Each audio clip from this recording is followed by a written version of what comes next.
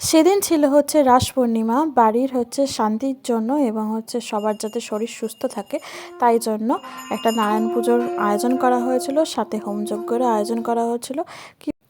কীভাবে যজ্ঞের জায়গাটাকে সাজানো হচ্ছিলো সেটাই আমি একটুখানি তুলে রেখেছিলাম।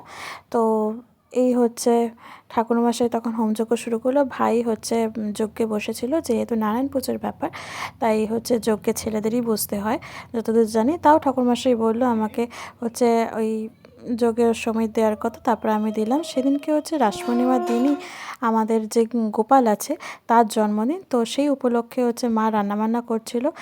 ভোগের মধ্যে ছিল হচ্ছে অন্ন, পোলাও, ৫ রকম ভাজা, ফুলকপির তরকারি, তারপর ছানার তরকারি, শাক ভাজা, ডাল, পায়েস, মিষ্টি, আরও অনেক কিছুই ছিল। তা সেদিন আমার এক প্রিয় মানুষকে বলা হয়েছিল। তো আজকের মতন টাটা, দেখা হচ্ছে নেক্সট কোনো ব্লগে।